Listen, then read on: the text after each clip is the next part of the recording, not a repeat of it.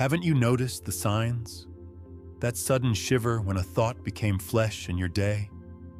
That moment you pictured a face, and the very next hour they appeared? That strange déjà vu, as if life were quietly following the script of your imagination. You have seen it.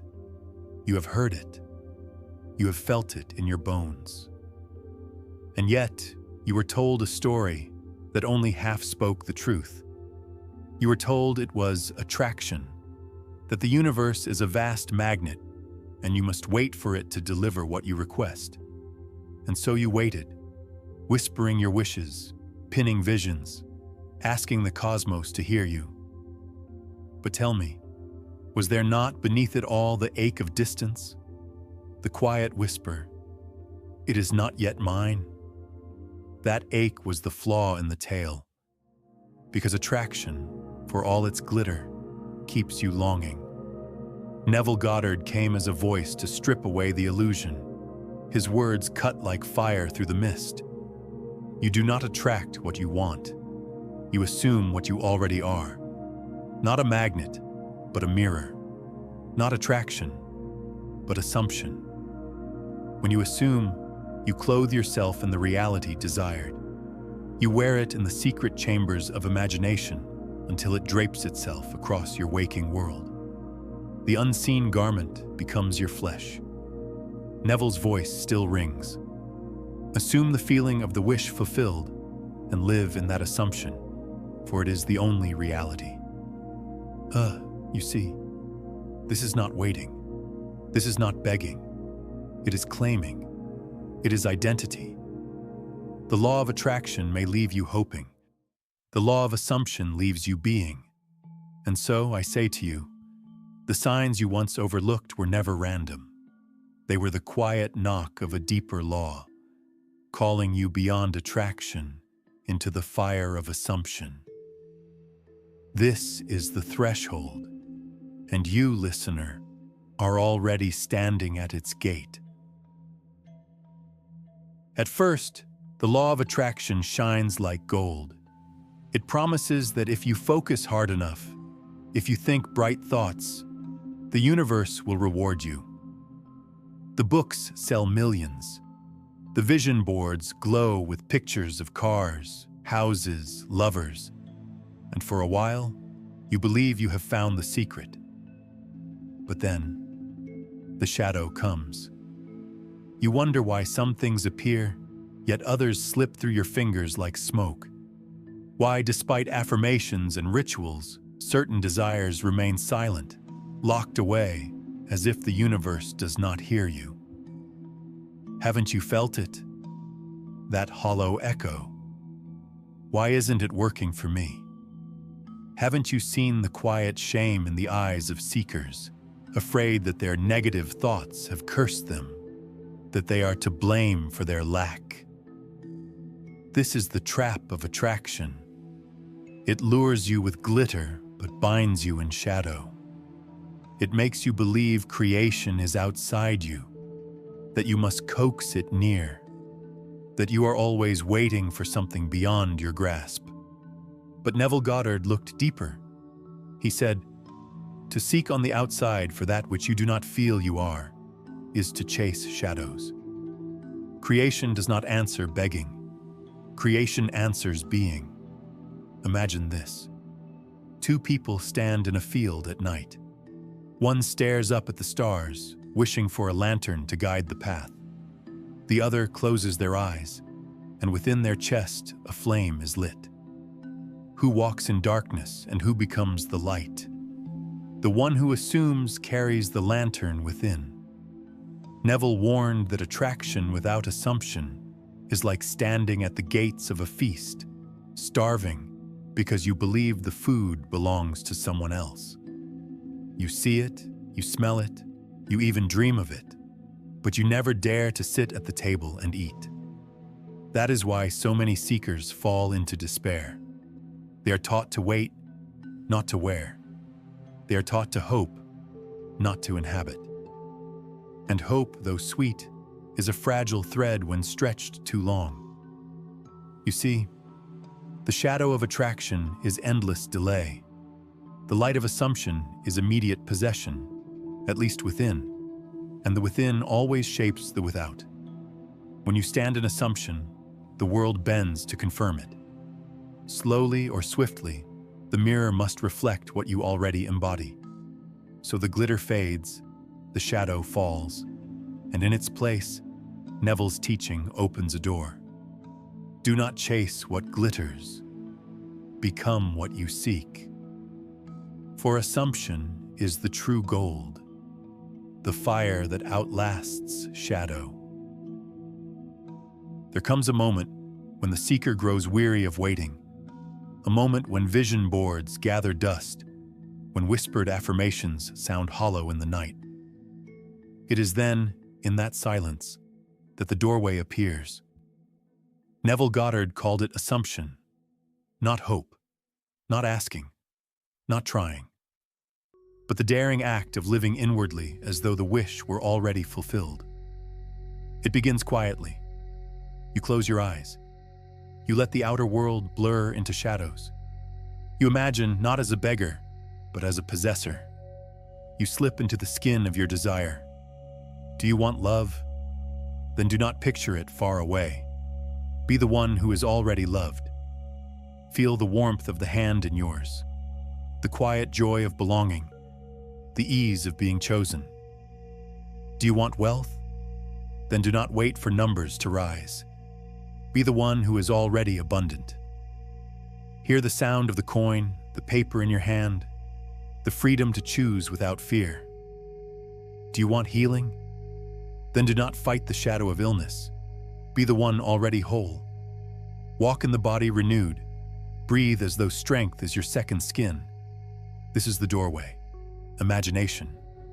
Neville declared, imagination creates reality. Not sometimes. Not when the stars align. Always. He taught that your imagination is not fantasy. It is not make-believe. It is the very womb of creation. When you assume a state, you plant its seed in that hidden soil. And like all seeds, it must bear fruit in time. Can you see how radical this is? The law of attraction waits for permission from the universe. The law of assumption knows you are the universe, giving yourself permission. You see, the doorway is not guarded by anyone but you. The key is feeling. The handle is faith. And the moment you turn it, the new reality is already yours. Though the world outside may take a little time to rearrange its furniture. Think of it as stepping onto a stage. You put on the costume of the character you long to play. You walk as them, speak as them, breathe as them.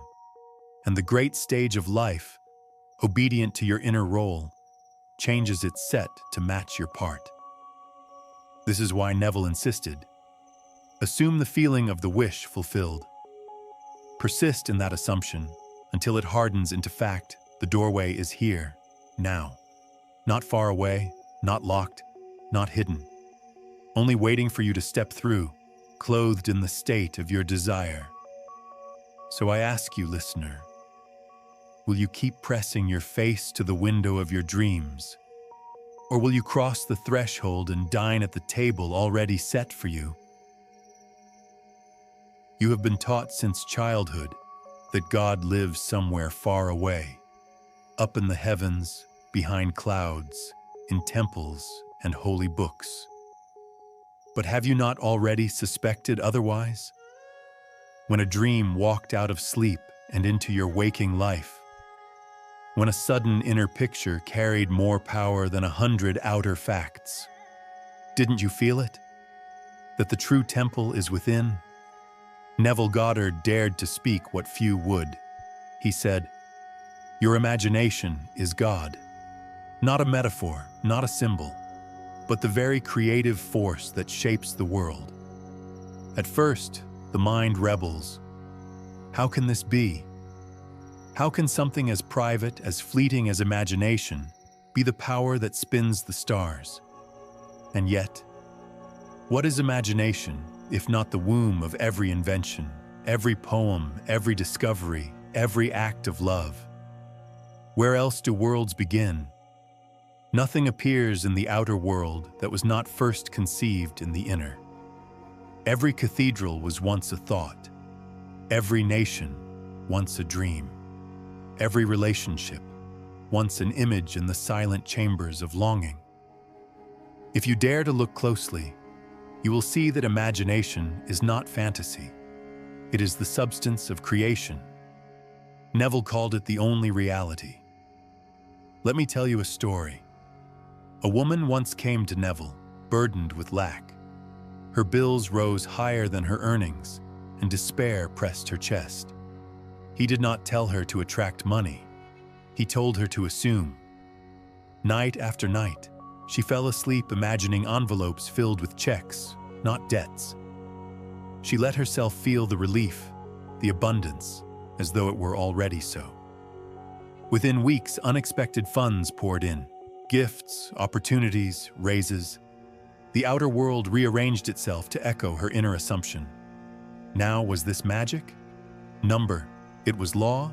Imagination held the seed. Feeling gave it life. Persistence brought it into fact. Neville insisted, man is all imagination. God is man, and exists in us, and we in him. The eternal body of man is the imagination, and that is God himself.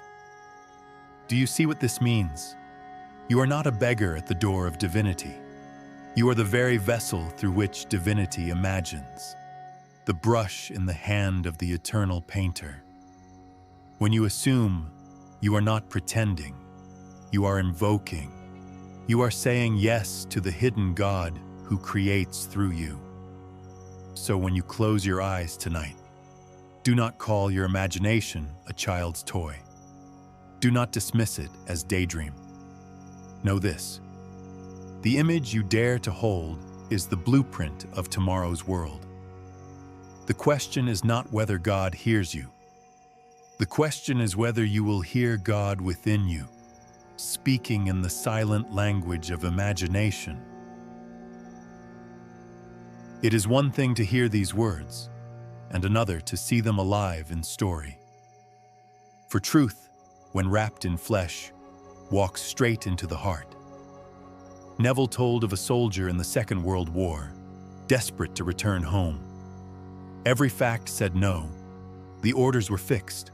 The war still raged. Yet night after night, this man imagined himself already back in his mother's house, hearing her voice, feeling the comfort of her presence. He did not beg. He did not plead.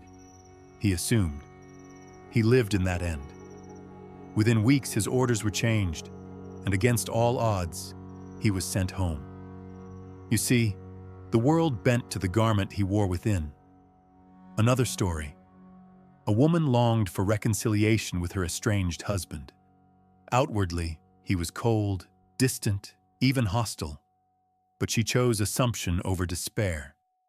Each night she imagined him at home, gentle, loving, restored. She let the warmth of that scene be more real than the bitterness of the day. Slowly, the man softened. One phone call, one meeting, one confession, and soon they were reunited. This is the law at work. You see, assumption is not fantasy. Fantasy is weak, it drifts, it carries no root in feeling. Assumption is conviction wrapped in imagination, a living seed planted in the soil of consciousness. Neville himself practiced what he preached. As a young man, penniless in New York, he longed to visit his family in Barbados. He had no money, no passage. Yet he assumed. He lived in the feeling of being there. He walked the streets of New York as though he had already left. Within weeks, a series of unlikely events unfolded. His brother sent him passage money. His employer gave him leave, and he found himself on the boat home. Coincidence? Number. Law. The outer world cannot resist the inner command of a sustained assumption. It is as though life itself conspires to prove you right. So I ask you, listener, Can you recall a time in your own life when you knew something before it happened? When you carried a conviction, even lightly, and the world answered it? That was assumption, whether you named it or not. Remember this: you are always assuming something. You cannot escape it. The only question is whether you assume with awareness or by habit. If you assume lack, life echoes lack. If you assume love, life returns love. The mirror does not judge, it only reflects. Neville would say, change your conception of yourself, and you will automatically change the world in which you live. So test it. Tonight, as you lay your head to rest, slip into a scene that implies your desire is already fulfilled. Make it short, vivid, alive. Repeat it until sleep carries you into its arms. Then watch, quietly, patiently, as the world reshapes itself around the new costume you wear within. This is not theory. This is life. This is the law in action. You have heard the stories. You've seen the signs. Now the question rises: how do I live this law? Neville Goddard did not leave us in mystery. He gave clear steps, simple but powerful, like a ritual anyone can practice. The first step is the end. Do not struggle with the how. Do not chase the 1,000 details of when and where. Instead, ask yourself, if my desire were already fulfilled, what would I feel? What would I see? What would I know? Find a simple scene that implies completion. Not the process, but the result. If you desire marriage, do not imagine the proposal. Imagine the wedding band already on your hand. If you desire success, do not imagine the interview.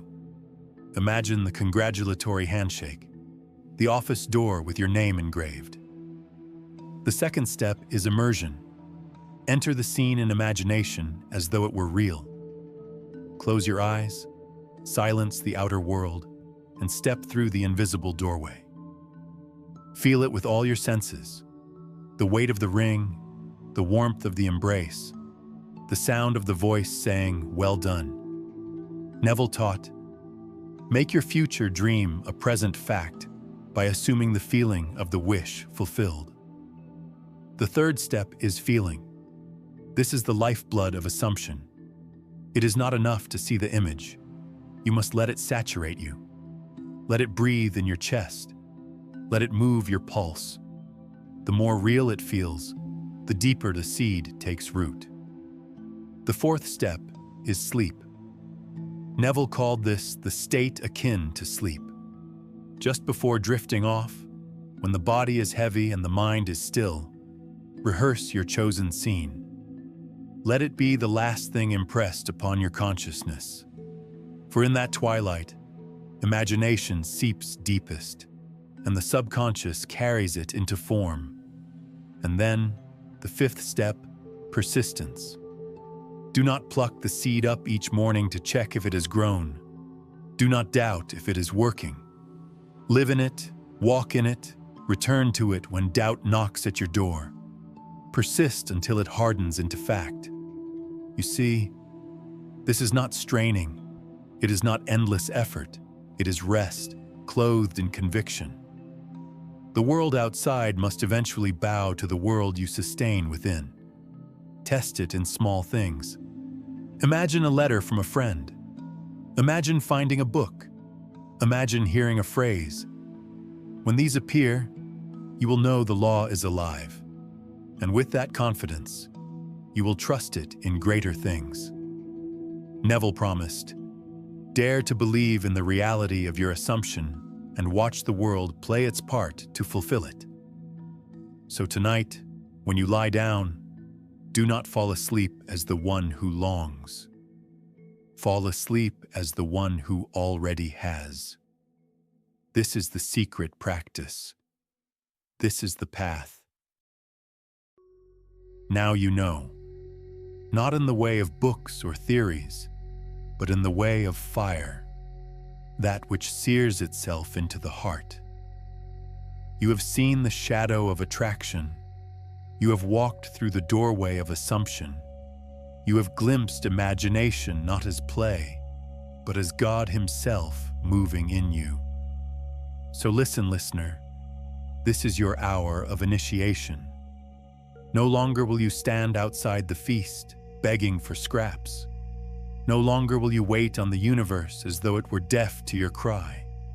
You are the cry, and you are the answer. Assumption is not a trick. It is not a secret whispered by the elite. It is law, eternal and unbroken. Every moment you are assuming something. Every breath, every thought, every conviction is clothing you in a state. The world is your mirror, and it must obey the costume you wear within. So what will you choose? Will you walk in lack, rehearsing the ache of distance? Or will you dare to slip into the robe of abundance? Will you whisper loneliness, or will you fall asleep as one already loved? Will you look at your future as far away, or will you claim it now, as near as your heartbeat? Neville Goddard spoke as an oracle. Assume the feeling of the wish fulfilled. Persist, and it will harden into fact. This is not poetry. This is the blueprint of creation. So tonight, make your bed an altar. Let your pillow be the stone where the dream descends. Close your eyes and enter the scene of your fulfilled desire. Hear it, touch it, feel it until it breathes you, and then surrender. Sleep in that state and let the unseen hand of imagination set the stage of your tomorrow. This is your initiation. The old story, waiting, longing, attracting, dies here. The new story, being, assuming, creating, rises from the ashes. Remember the signs. They were always guiding you here. The shiver of déjà vu, the dream that leaked into daylight, the thought that became reality. These were not accidents. They were the whisper of God within, calling you to awaken to your power. Now rise, listener. Rise as one who knows. Rise as one who assumes. Rise as one who is already what they once longed to be. For the mirror of the world is waiting, and it will not delay.